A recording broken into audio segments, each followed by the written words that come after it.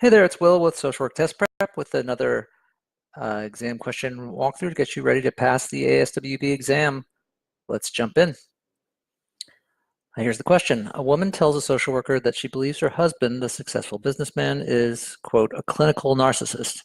She says he's completely obsessed with himself. Which of the following can the social worker tell the woman is a common symptom of narcissistic personality disorder? All right, so what type of question is this? It's a DSM question. What's the strategy for this type of question? Generally, it's a process of elimination. Either you know this section of the DSM or you don't. And if you don't, you can still at least get yourself down to the two best choices and take the 50-50 stab at it. Let's see the answers that are offered and start to figure out what's what. So the vignette part of this is not that important. Which of the following can any social worker tell any woman is a common, or client or person, a common symptom of narcissistic personality disorder?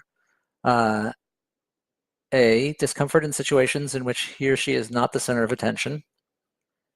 B, is unwilling to recognize or identify with the feelings or needs of others. C, inappropriate, intense anger or difficulty controlling anger. D, repeated lying, use of aliases, or conning others for personal profit or pleasure. All right, so do you know the answer? You can put it in comments right now or follow along. Let's look at the criteria for NPD.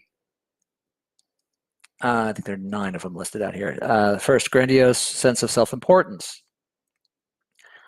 2, preoccupied with fantasies of success, power, brilliance, etc. 3, believes that he or she is special and can only be understood by other special or high-status people. 4, requires excessive admiration. 5, a sense of entitlement.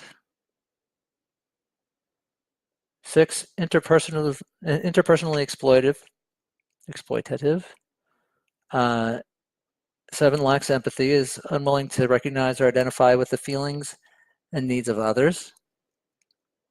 Maybe that rings a bell from your recent minute.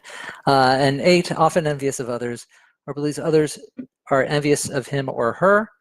And 9, shows arrogant, haughty behaviors or attitudes. So does this remind you of anybody in life or in your life?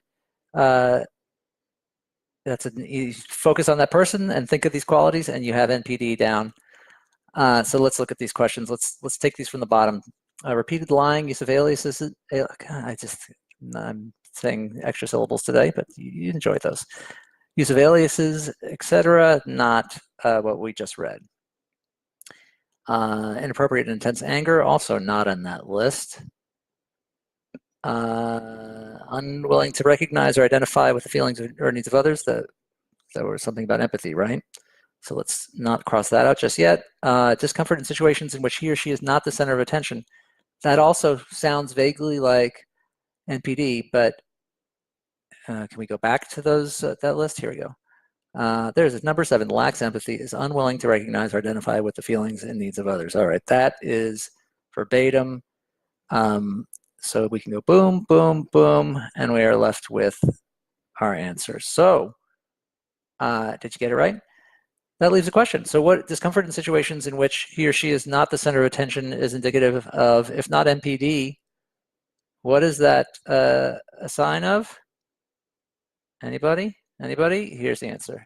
Histrionic personality disorder. That is the attention-grabbing personality disorder. There's some overlap there, but these are very distinct personality disorders, especially if you've encountered these in your practice. You know exactly what that difference is.